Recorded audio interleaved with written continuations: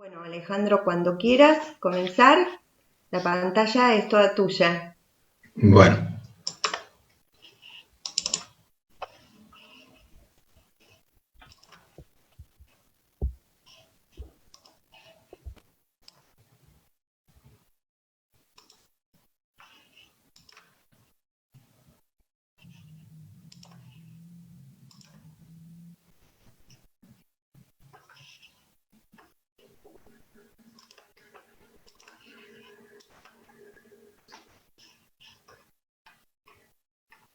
¿Ahí está pasando o no? Espérame que no. No se cargó como presentación, yo lo veo, pero... A ver, voy a salir, voy a volver a... Perfecto, no hay problema. ¿Ahora sí? Perfecto, ahora sí, Alejandro. ¿Ahí se ve bien? Se ve perfecto. Bueno, muy bien. Buenas tardes a todos. Quiero agradecer la invitación de la Asociación Argentina de Osteoporosis, agradecer a Isabel, agradecer a Patricia y a todos ustedes que están escuchando.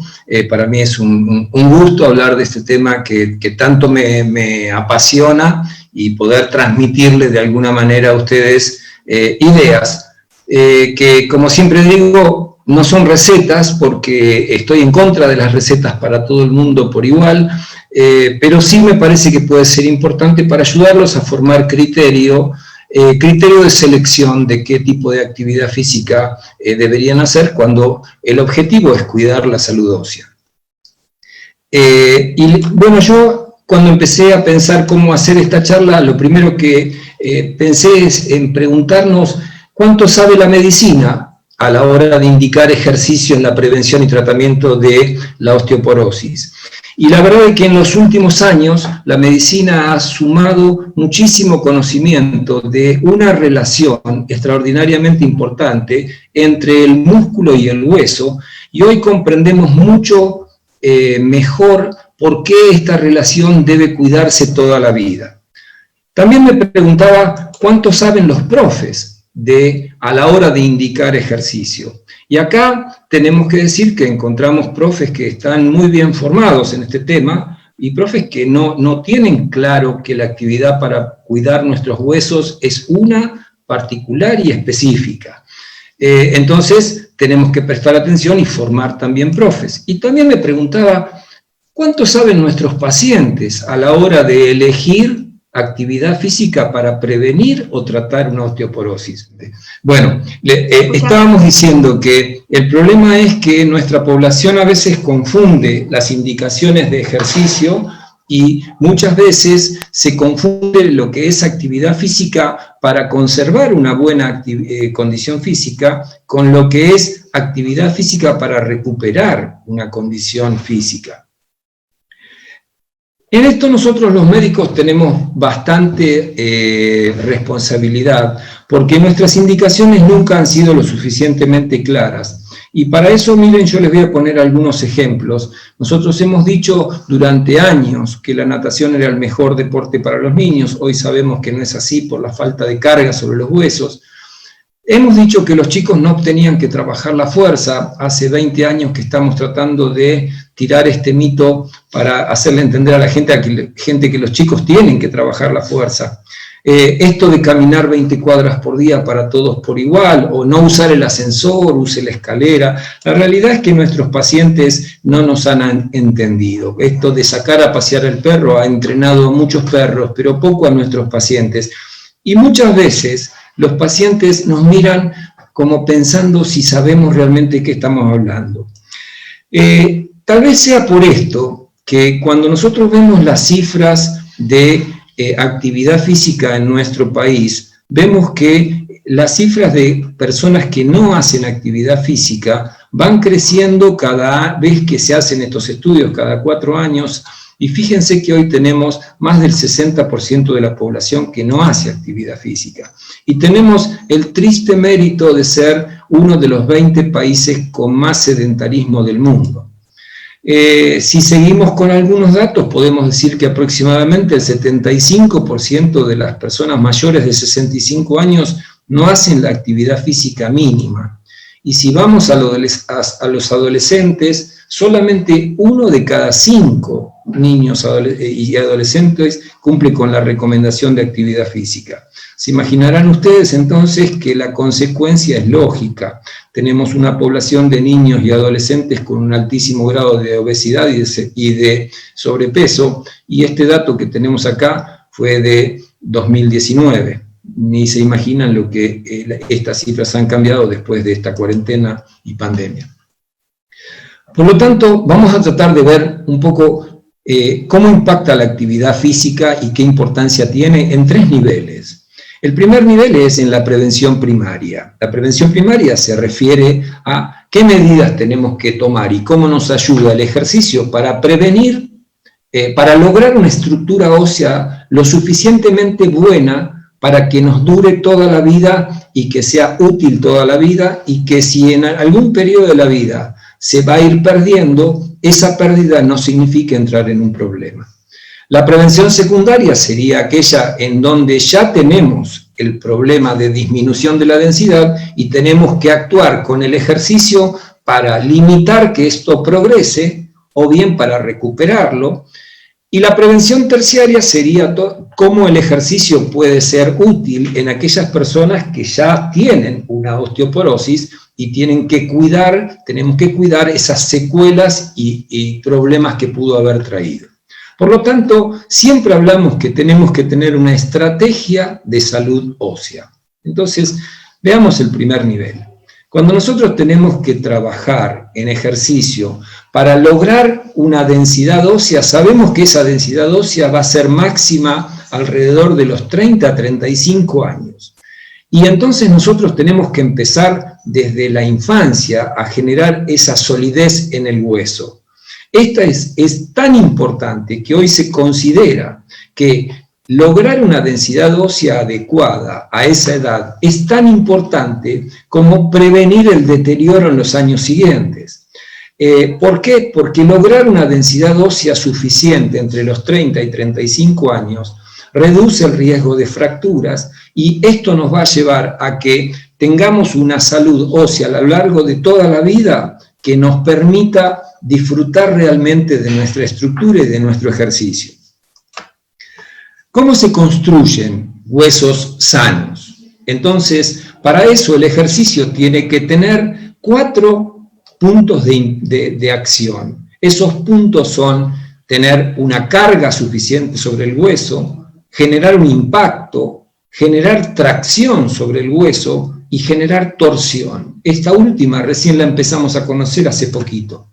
O sea, veamos estas imágenes. En las imágenes de arriba estamos generando carga sobre el hueso.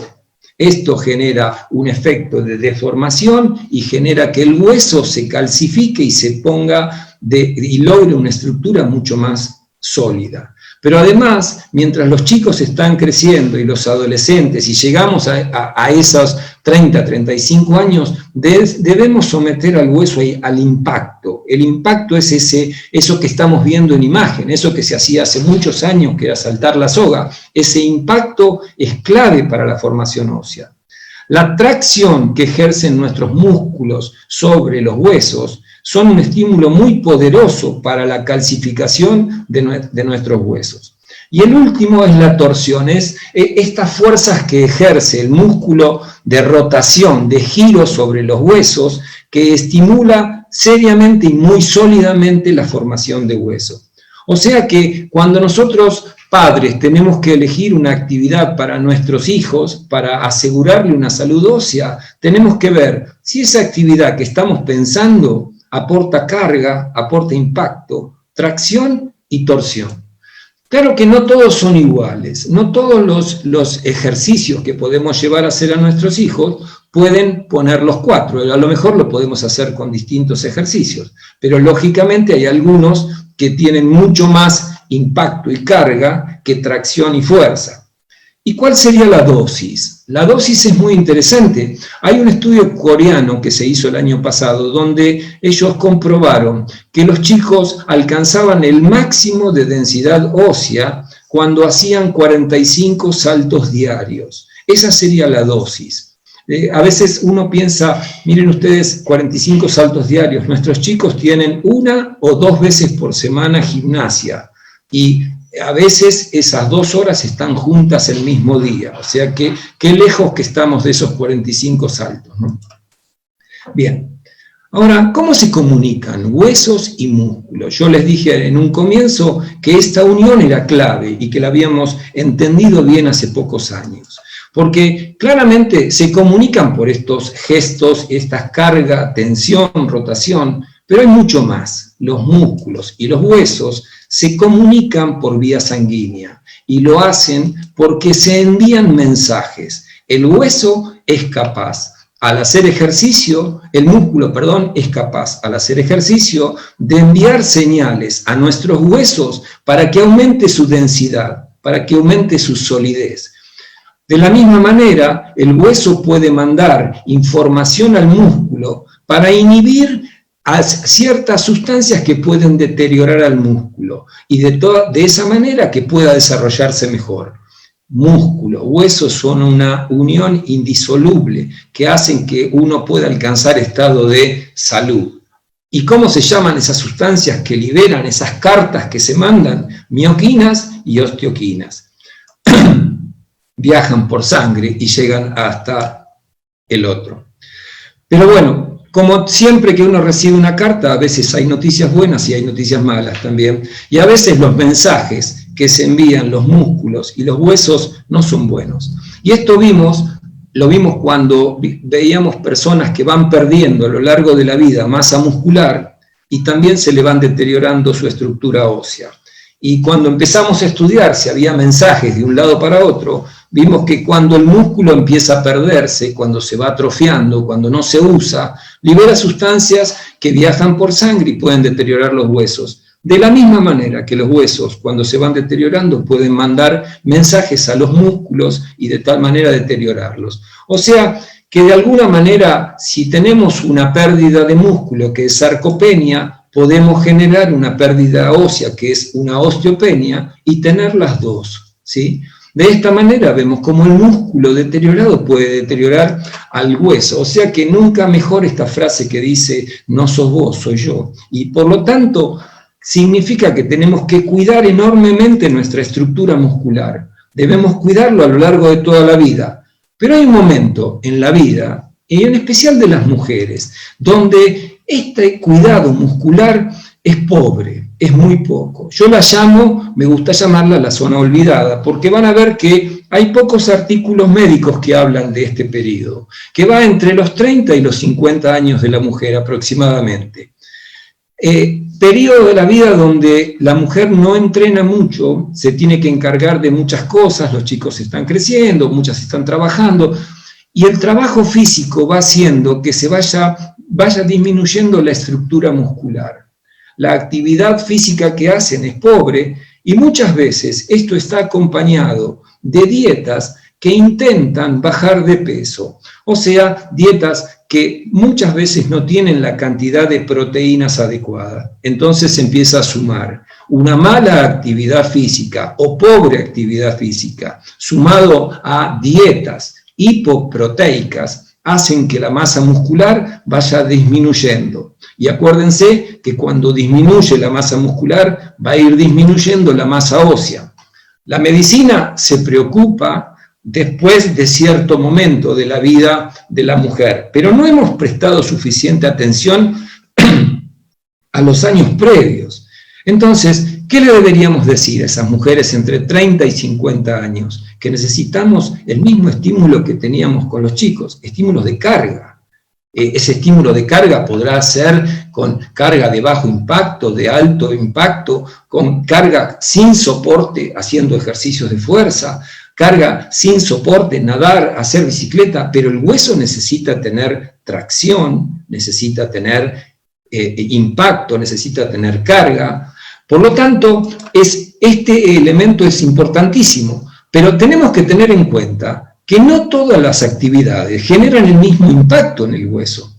Si ustedes ven, cuando una persona camina, cuando trota o cuando corre, Si ustedes van a ver que la longitud del paso cambia, miren en los gráficos, las longitudes de pasos van cambiando y por lo tanto el impacto que recibe el pie, que va a recibir el peso del cuerpo, cambia. Cuando uno camina, el impacto que recibe el peso del cuerpo es más o menos 1,2 el peso del cuerpo. Esto es prácticamente 2,5, 3 cuando se trota, y es más de 4,5 cuando se corre. El impacto cambia y la carga del hueso cambia según la intensidad. No es casualidad que acá lo vemos al hombre más rápido del mundo, Usain Bolt, que está en el aire, no están tocando sus pies. El impacto que va a recibir va a ser muy importante.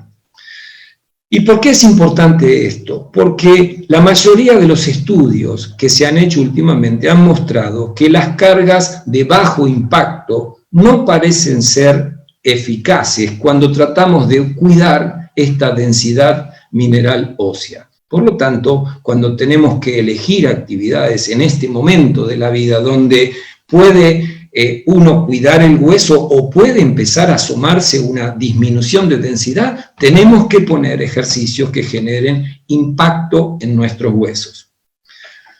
El desentrenamiento va acompañado de pérdida de masa muscular, y no solo de masa muscular, sino también de fuerza, porque las fibras musculares que se pierden cuando no entrenamos son las rápidas, son las que necesitamos para cuando nos trastabillamos o nos vamos a caer, que respondan inmediatamente. Esas son las fibras rápidas, son las que primero se pierden cuando nosotros desentrenamos. Y acuerden entonces, y llévense por favor este concepto que es muy importante, que cuando disminuye la masa muscular, va a ir de la mano la disminución de la masa ósea.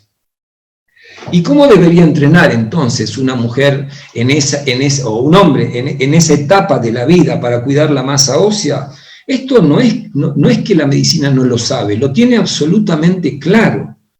Lo que pasa es que lamentablemente no lo vemos en los gimnasios, porque se trabaja distinto, pero sabemos muy bien que sacando estas contraindicaciones que aparecen en pantalla, nosotros tenemos que tener estímulos suficiente volumen, o sea, ir una vez por semana a trabajar un poquito la fuerza, no alcanza para mantener la estructura muscular o ósea. Esto tienen que ser 2 o 3 sesiones, y las repeticiones que se deben hacer tienen que ser adecuadas en una cantidad de 6 a 12, y esto está medido, igual que la frecuencia, 2 o 3 veces por semana, igual que cómo tienen que ser los estímulos, y algunos tienen que ser con menos peso y mucho más rápidos. Pero si hay un punto que no se cumple cuando queremos cuidar la masa muscular y ósea que nosotros vemos, es la intensidad de la carga. Fíjense en este gráfico, todos están trabajando con 1 kilo, o sea que todos tienen la misma fuerza. Tenemos claridad absoluta que para poder mantener la masa muscular y para que esto repercuta en la masa ósea, los ejercicios de fuerza tienen que tener una intensidad que esté por arriba del 70% de la fuerza máxima que tiene una persona. Estímulos por debajo de esta intensidad no alcanzan el umbral, no sirven. La fuerza se construye en todas las etapas de la vida, pero tenemos que poner el estímulo adecuado. El segundo punto importante que uno ve que se hace mal es que nosotros no tenemos que trabajar stretching en forma general, no tenemos que estirar todo para mantener los músculos estirados, porque en el cuerpo los músculos forman un circuito de continuidad a través de los cuales se propagan las fuerzas. Por lo tanto, cuando nosotros queremos pensar en nuestro futuro y en nuestra estructura ósea, y cuidar nuestra postura, tenemos que conocer cuáles son estas cadenas musculares. Les voy a poner un ejemplo para que lo entiendan. Si nosotros tenemos esta cadena muscular, que se llama cadena de flexión, y tenemos un acortamiento de los isquiotibiales, ¿sí? Miren qué es lo que pasa, miren la imagen que ustedes van a tener de este lado. ¿Ven? Isquiotibiales cortos hacen que la pelvis se retropulse y aumente la cifosis en el cuerpo. ¿Y ven cómo baja la altura? Bien, imagínense ustedes si alguien no entiende que tiene que trabajar estas cadenas musculares en forma ordenada y anda estirando todos los músculos por igual. Clase de stretching general. Bien, acá hay músculos que habría que fortalecer. ¿Y qué pasa si le sumamos a estas cadenas que funcionan mal, le sumamos que se nos va deteriorando la densidad de los huesos? Bueno, estas imágenes que ven a la derecha es la evolución normal que vamos teniendo con el paso del tiempo. Entonces, esta cifosis va aumentando y la altura va bajando y la densidad de los huesos baja y se nos van aplastando lentamente algunas vértebras. Por lo tanto, cuando nosotros tenemos que trabajar de alguna manera estímulos para mejorar nuestra postura, que son fundamentales, y tenemos que evitar esta actitud cifótica, tenemos que saber que los estímulos deben seguir un orden, una cadena miofacial. Y hay en estas cadenas músculos que hay que estirar y hay músculos que hay que fortalecer, pero tiene que tener criterio, no puede ser una clase general para todo el mundo. Por eso es que a veces yoga, pilates, tienen que estar elaborados en forma individual. Cuando se va a una clase general, difícilmente se acierte con el estímulo de esta persona, porque las cadenas que pueden estar acortadas no son iguales para todos. Por eso, no entender cómo hay que trabajar esto puede hacernos suponer que para evitar una cifosis tenemos que hacer hiperextensión, una manera extraordinariamente buena de terminar lastimando vértebras de esta manera, ¿sí? O sea que, si empezamos a hacer un pequeño resumen, ¿qué deberíamos trabajar en ese momento haciendo prevención primaria, secundaria en esa persona de 30 a 50 años? En primer lugar, tenemos que poner carga en el hueso. Esa carga podrá ser caminando, trotando, bailando, haciendo taebo, pero tiene que haber carga. En segundo lugar, tiene que haber impacto.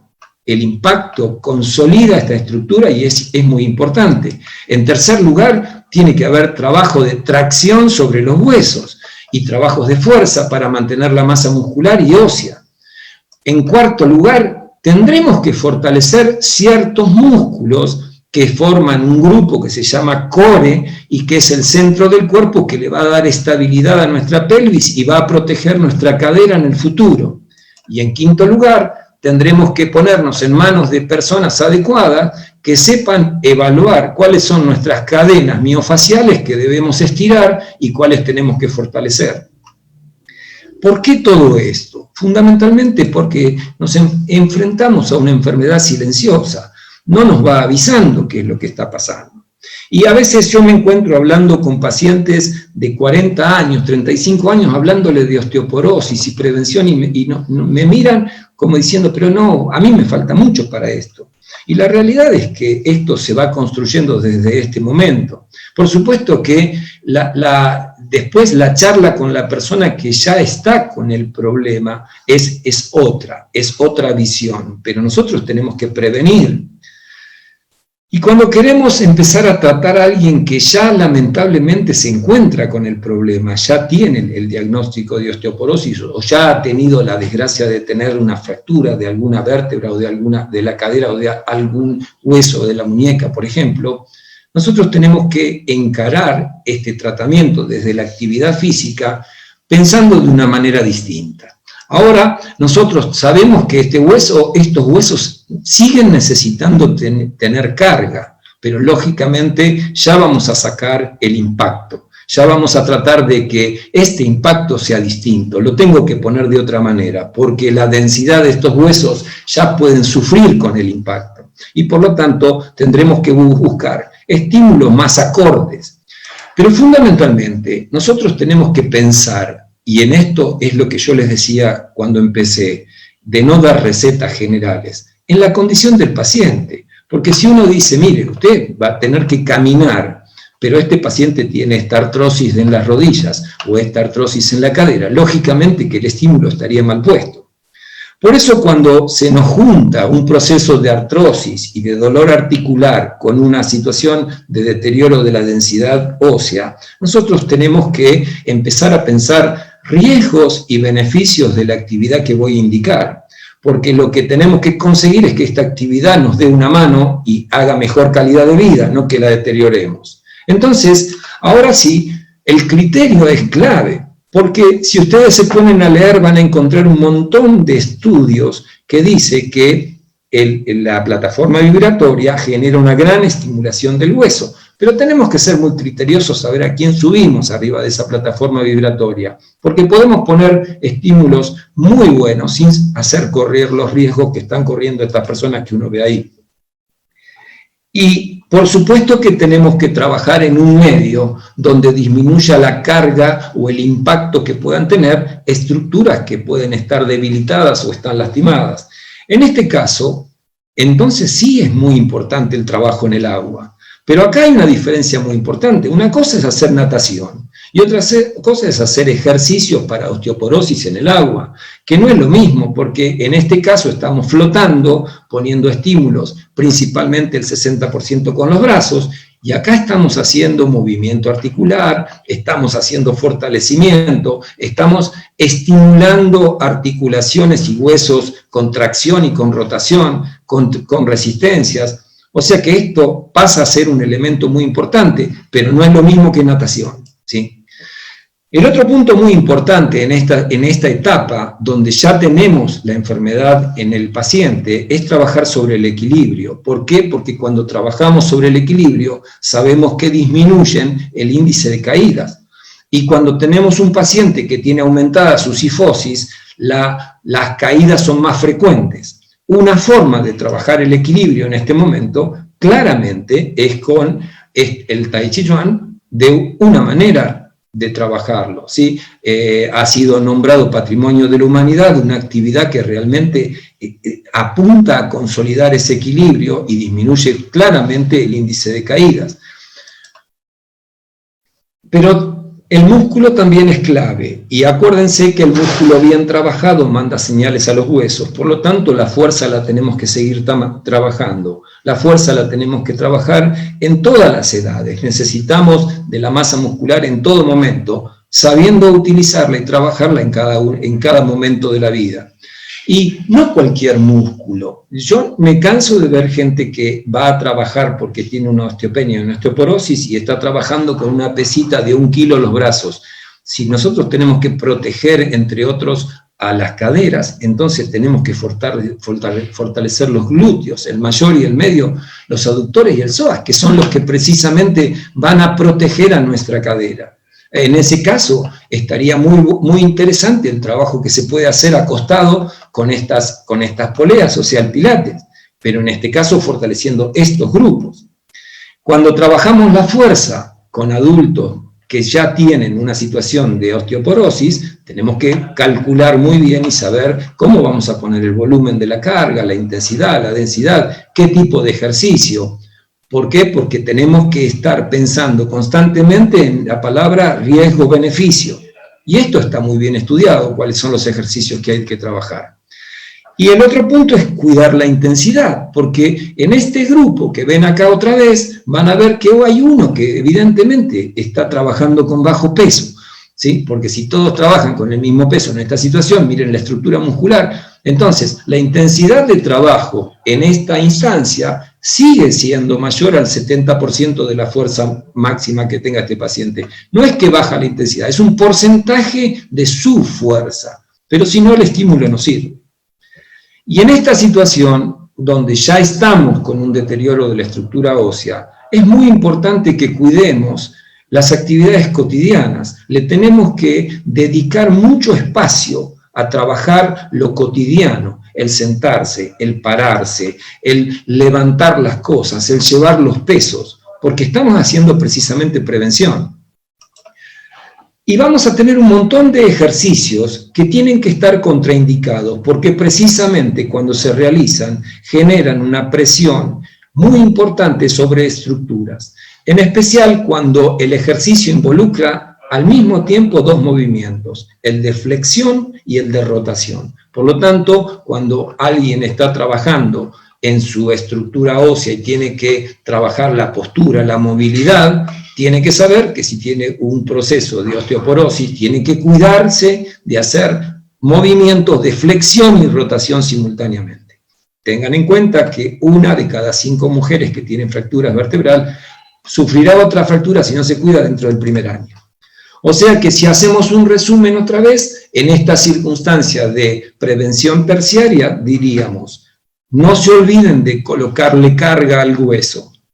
La forma después la elegirán según el criterio, ¿sí? Según un buen criterio. En segundo lugar, utilizamos los ejercicios en el agua porque disminuimos la carga sobre algunas estructuras, pero hacemos ejercicios para osteoporosis en el agua, que es distinto a natación. No digo que no se pueda hacer natación, pero es distinto. En tercer lugar, seguimos trabajando la fuerza principalmente de ciertos músculos que seleccionamos específicamente porque protegen articulaciones que son más vulnerables. En cuarto lugar, trabajamos sobre estabilidad, sobre equilibrio. Es fundamental trabajar sobre el equilibrio porque disminuye las caídas. Y en quinto lugar, trabajaremos sobre cosas cotidianas que tenemos que tener muy aceitadas para que nuestro paciente no sufra consecuencias de caídas y de situaciones que se podrían trabajar perfectamente cuando uno está contemplando el bienestar de la persona. O sea que fundamentalmente en las 3 etapas de la vida lo que tenemos que hacer es planificar, es pensar qué es lo que necesita el hueso, utilizar la herramienta de ejercicio en forma adecuada y de alguna manera tener el criterio para saber qué actividad puede perjudicar, qué actividad puede beneficiar y fundamentalmente pedir asesoramiento. La medicina del deporte se dedica a esto, los profes se forman para trabajar en esto y a veces, lamentablemente, cuando no se pide el consejo a la persona que trabaja en esta área, a veces los estímulos no son los adecuados y uno de esta manera podría perder una herramienta terapéutica fantástica como es la actividad física para cuidar a nuestros huesos. Bueno, espero haber sido claro, que les haya servido para despertar un poco el interés en este cuidado óseo y profundizarlo. Y bueno, quedo a disposición de ustedes para cualquier pregunta que tengan ganas de hacer. Les agradezco mucho. Bueno, muchas gracias, Alejandro. Excelente charla, muy interesante. Y bueno, acá nos mandan saludos desde Mar del Plata, desde Posadas, todos, excelente la charla. Y preguntan, por ejemplo, Silvia Agosti pregunta que quién la puede asesorar bien para ver qué tipo de ejercicios tiene que hacer. Bueno, la medicina del deporte en nuestro país no está del todo conocida por los pacientes. Yo tuve la suerte de formarme en otro país donde la medicina ya le lleva un poco de ventaja, la medicina deportiva a la nuestra. ¿Por qué?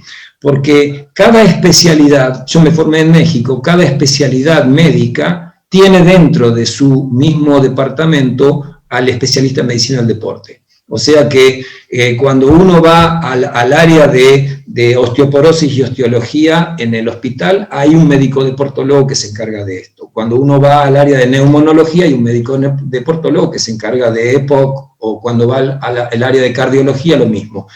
En nuestro país, el médico deportólogo está un poco desconectado del resto de las especialidades, y entonces el médico especialista en osteoporosis le recomienda que tiene que hacer actividad física, y ahí el paciente pasa directamente al profe. Y este espacio en el medio a veces hace que una muy buena indicación médica termine en un profe que por ahí no está formado ni tiene el mismo criterio que el médico. Yo creo que el eslabón de la cadena es el médico especialista en medicina deportiva, que somos los que nos formamos precisamente para hacer estas recomendaciones. Perfecto.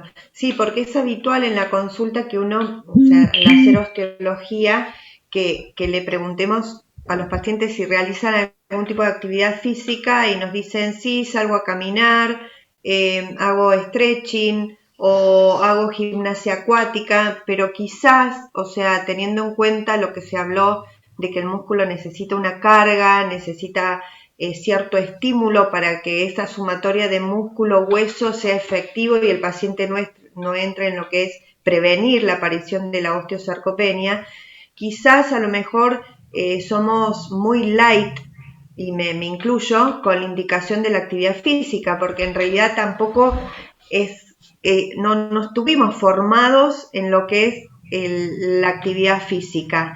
Entonces me parece que es muy importante considerar eso, de que falta un eslabón y bueno, lo ideal sería mandarlo al médico deportólogo que sepa qué ejercicios tiene que hacer y que el paciente se vaya con una rutina bien indicada de acuerdo a su patología de base, ¿no es cierto?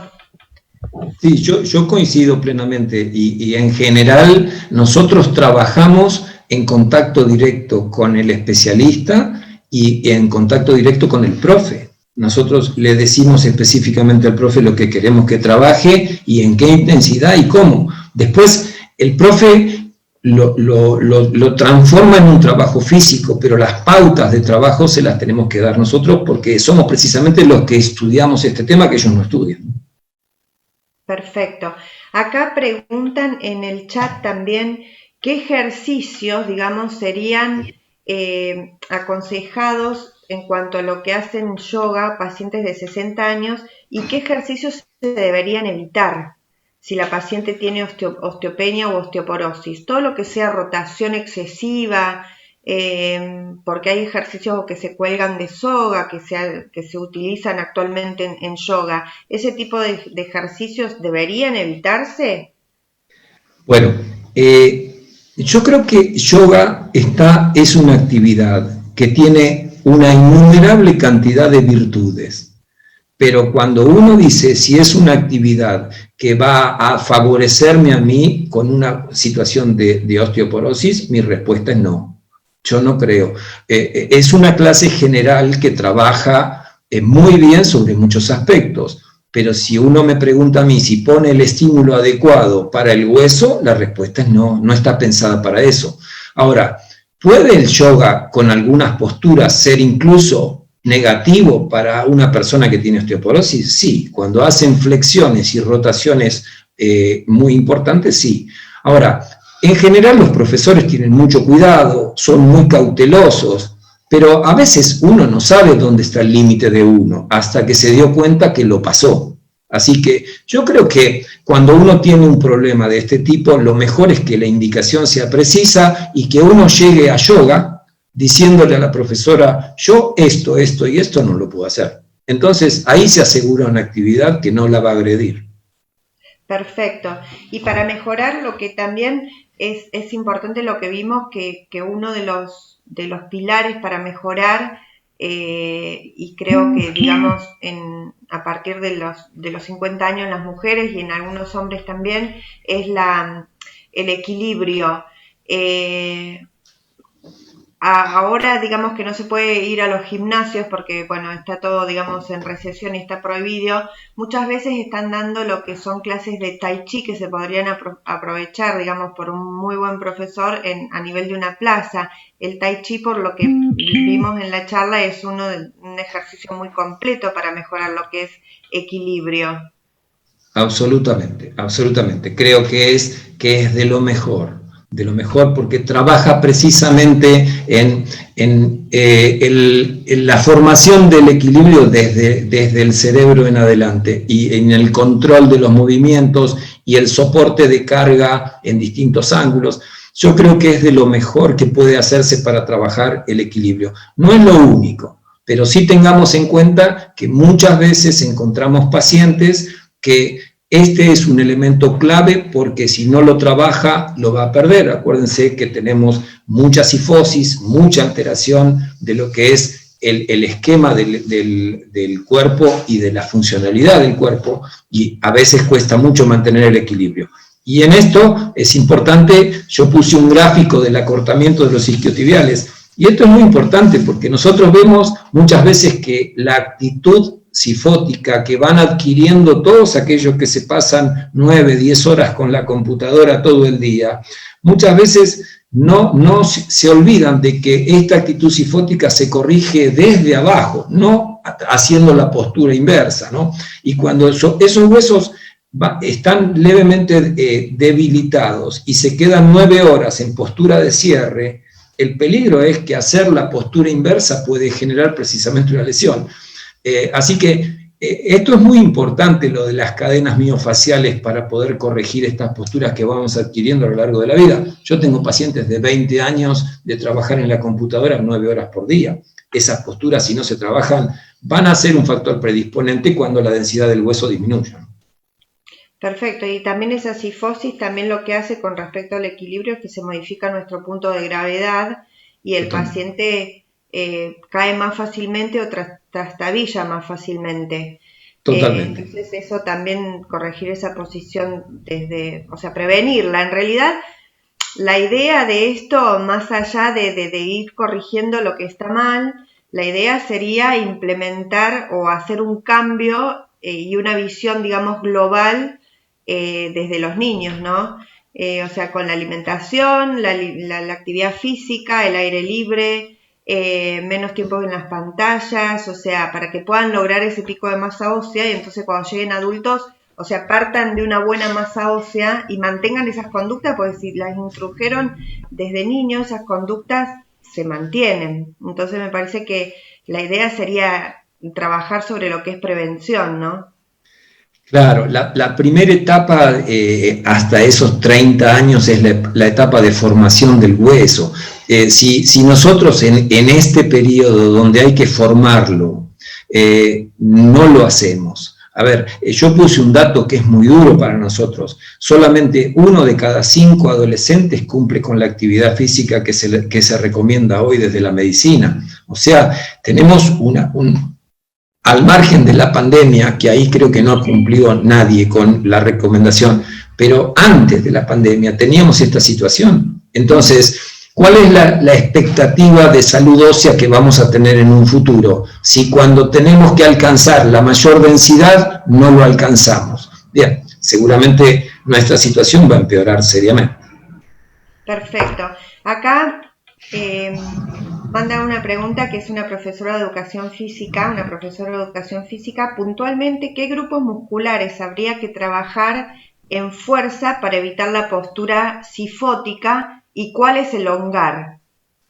Bien, está muy bien. Entonces, yo creo que para evitar una cifosis tenemos que ver, lo primero que tenemos que ver es si el paciente tiene un acortamiento de isquiotibiales o tiene un acortamiento de psoas. Esto los profes lo saben espectacularmente bien porque los miran a los pacientes y se dan cuenta. Si tiene un acortamiento de isquiotibiales, siempre la cadena miofacial de la cifosis tiene que empezar por el estiramiento de los isquiotibiales. Es clave lograr una pelvis en función, que no esté ni antepulsada ni retropulsada. Una pelvis que no está en función va a generar una postura cifótica. Recuerden que cuando tenemos una postura cifótica, nuestra línea de visión ya no mira hacia el horizonte, hacia adelante, sino que mira hacia el piso. Y por lo tanto, eso obliga a nuestros músculos paravertebrales del cuello a hacer un esfuerzo extra para enderezar la cabeza. Por lo tanto, los músculos que van a estar muy contracturados van a ser todos los del cuello. Entonces, ¿qué elongamos? Elongamos isquiotibiales, elongamos todo lo que sea muy suave los paravertebrales. Tenemos que fortalecer el psoas en el caso de que tenemos los isquiotibiales acortados y fundamentalmente tenemos que evitar los movimientos violentos para corregir esta cifosis, que es precisamente hacer los movimientos espinales, porque no es por falta de fuerza de los espinales esta cifosis, sino por una alteración funcional. Está muy buena la pregunta, pero realmente esto da para una clase entera, porque no hay solo un origen de esta cifosis, hay varios, ¿sí? Entonces, lo que hay que fortalecer precisamente son los músculos que forman el centro del cuerpo, el core, todo lo que sea estabilidad de nuestro centro del cuerpo me permite después corregir una cifosis. Perfecto. Y una consulta para pacientes con fibromialgia. ¿Qué actividad física, digamos, sería recomendada? Y todo lo que ahora hacen las pacientes, que la verdad que con estos meses de pandemia estamos todos bastante limitados, que hacen algunas actividades por Zoom. ¿Esas actividades son beneficiosas? Bueno, la primer pregunta creo que es la más difícil de todas las que me podrían hacer, porque el trabajo físico en un paciente con fibromialgia, yo comprobé en mi consultorio donde trabajamos con pacientes con fibromialgia que no logramos hacer una recomendación generalizada, porque hay pacientes que si trabajan la elasticidad quedan doloridos, hay pacientes que si le trabajamos la movilidad articular quedan doloridos, hay pacientes que trabajan la fuerza y se mejoran y otros que le trabajamos la fuerza y empeoran. Entonces, es muy difícil. La fibromialgia todavía sigue siendo para la medicina deportiva, creo que como para la reumatología, un área todavía de ir explorando y de tener que aprender. Con respecto a los videos de YouTube y todo esto, yo creo que hay que usarlos con cuidado. Tengan en cuenta que el que está del otro lado dando ese ejercicio lo está haciendo en forma masiva. Yo, cuando empecé la charla, dije que quiero tener siempre mucho cuidado con las recetas magistrales, porque yo no sé quién está del otro lado. Entonces, si esa persona quiere entrenar fuerte y el del otro lado le está haciendo saltar, pero tenemos un paciente sifotizado con una osteopenia, y el que está del otro lado no lo sabe, y a veces el paciente tampoco sabe que tiene una osteopenia, porque hace mucho que no va al médico. Entonces, son para tener con cuidado. Fueron útiles durante esta cuarentena porque nos permitieron a algunos moverse un poco más, pero hay clases que son muy duras, están pensadas para gente muy entrenada, así que hay que saber elegir. Perfecto. Yo te quería hacer una pregunta, también con respecto a los grupos. Hay grupos de descenso de peso que ahora, como no pueden tener clases presenciales, los hacen a través de Zoom, pero claro, el profesor los ve desde un solo ángulo, no está viendo qué es lo que están haciendo, yendo alrededor de ellos. ¿Eso puede ser perjudicial o dentro de todo es mejor que nada? Bueno, yo creo que cuando uno quiere descender de peso, lo primero que tiene que hacer es hacer una alimentación adecuada. Por supuesto, así como complemento, ¿no? Estamos claro, y después ponerle las fichas necesarias a la actividad física, porque cuando es al revés no funciona. Y cuando uno piensa que porque hace una actividad muy intensa, entonces después va a bajar mucho de peso, la realidad es que no funciona el cuerpo de esa manera, ¿sí? La actividad física para el descenso de peso funciona cuando se prolonga en el tiempo, y no cuando es un solo día de gran...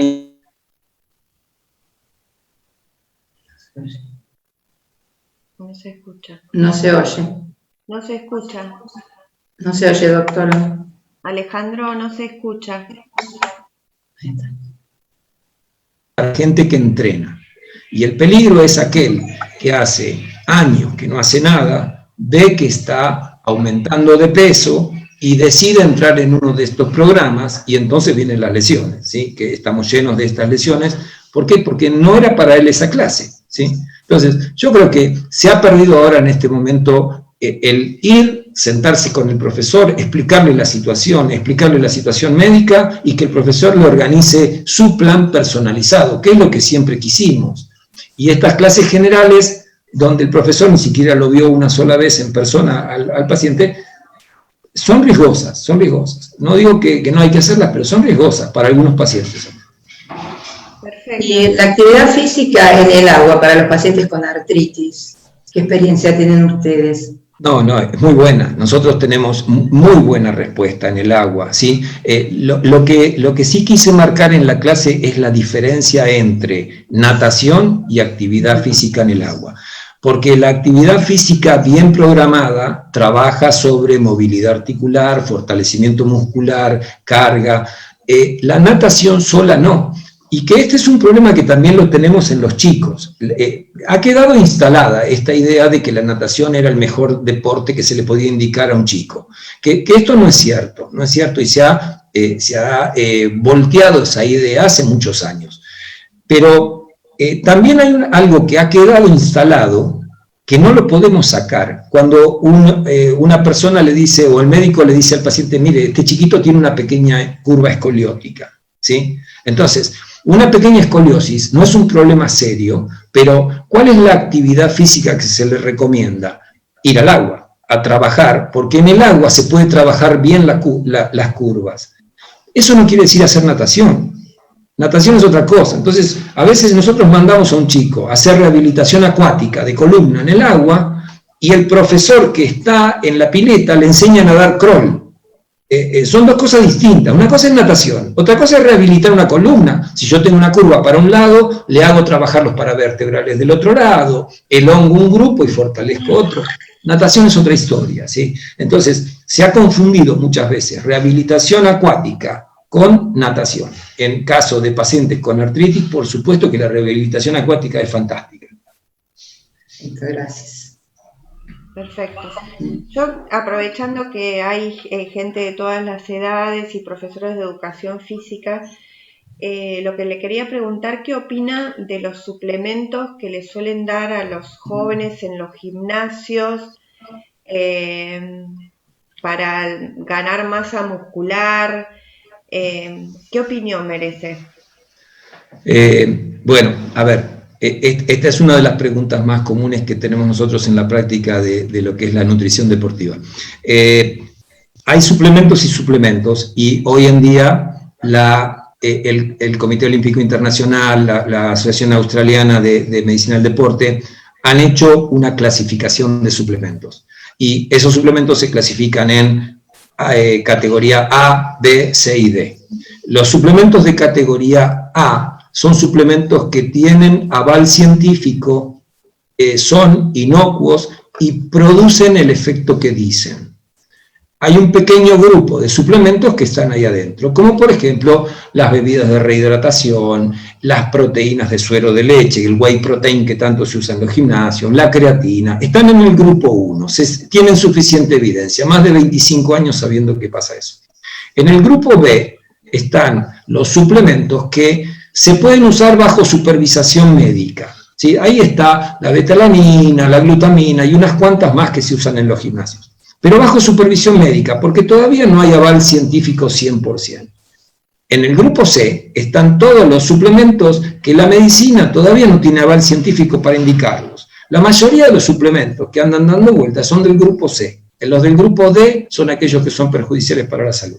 Entonces, yo creo que aquel que quiera tomar un suplemento, lo primero que tiene que hacer es consultar con el médico si le hace falta. Lo segundo, si quiere hacerlo por su cuenta, que entre al Comité Olímpico Internacional y que se fije cuál es esta clasificación, y que se fije si lo que le va a tomar o quiere tomar está dentro de alguno de estos grupos, ¿está bien? Y si está dentro del grupo A, de alguna manera, con algún asesoramiento podrá tomarlo, porque se puede tomar.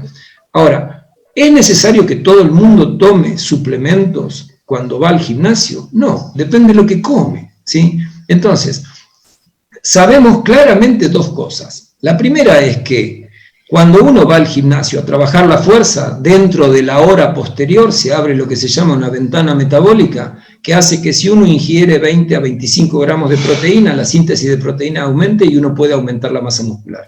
Por lo tanto, van a ver a todo el mundo que sale del gimnasio y se toma su proteína. Pero ¿qué es lo mismo que pasaría si va y se come un yogur y una clara de huevo? ¿Sí? O sea que es lo mismo. Ahora, ¿lo puede hacer con suplemento o lo puede hacer con comida? Y la otra cosa muy importante que sabemos hoy en día es que la comida previa a dormir, para el que quiere aumentar la masa muscular, es la más importante del día. O sea, antes pensábamos que el desayuno era el más importante, pero nosotros sabemos que el periodo de sueño profundo, cuando está durmiendo aquel que fue al gimnasio, es el momento de secreción de hormona de crecimiento y donde se sintetizan proteínas. Por lo tanto, la última comida del día, si tiene una proteína que se llama caseína, que genera aminoácidos casi por 6 horas circulantes, esa es clave para fabricar músculo cuando se duerme. Por lo tanto, chicos que van al gimnasio que quieren fabricar músculo, mucha atención a la comida posterior, mucha atención a la última comida del día y mucha atención a dormir lo suficiente porque cuando se duerme están creciendo. ¿Sí? Me parece que esos son los consejos. Perfecto, muchísimas gracias.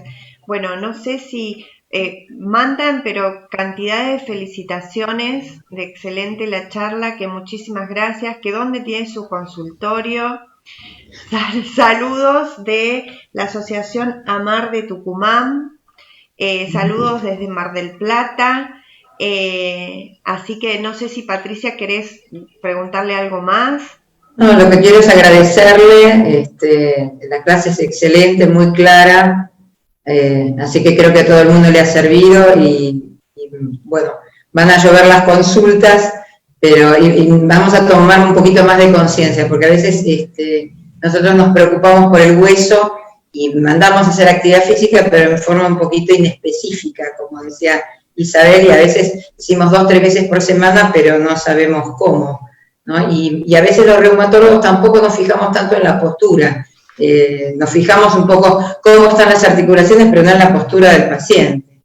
Y lo mandamos a hacer actividad física ya un poco específicamente, y tenemos que focalizarnos un poquitito más en cada paciente. Yo creo que nos falta eso todavía.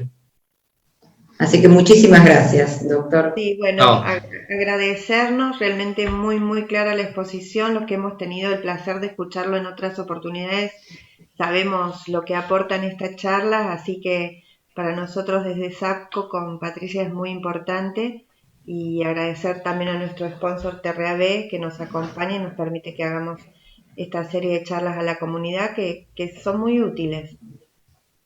Yo les agradezco a ustedes y a la gente que ha estado escuchando, y ojalá que lo que haga esta charla fue despertar el interés para mejorar la utilización de esta herramienta, que es el ejercicio, para mejorar la salud desde cualquier punto de vista. Así que les agradezco muchísimo esta oportunidad, y tienen un email para cualquier cosa que necesiten. Si cualquier información sobre lo que dije, por favor no dejen de pedírmela, que se los hago llegar, ¿sí? Así que muchísimas gracias. Muchas gracias. Y síganos que tenemos más charlas para este año. Sí, hay más charlas programadas que vamos a ir poniendo los flyers informativos siempre en la página. Las charlas estas quedan grabadas y después se suben a nuestro canal de YouTube, o sea, si quieren volverlas a escuchar ya la semana que viene o a partir de 7 a 10 días ya están subidas a nuestro canal de YouTube, así que el que no la pudo escuchar del todo, lo invitamos a que se sume y vea las charlas ya pasadas y las que vamos subiendo este año. Así que bueno, gracias Patricia por convocarme, a la SAO, a nuestro presidente, el doctor José Luis Mansur, y a todos por acompañarnos. Hasta la próxima. Hasta la próxima. Buenas noches.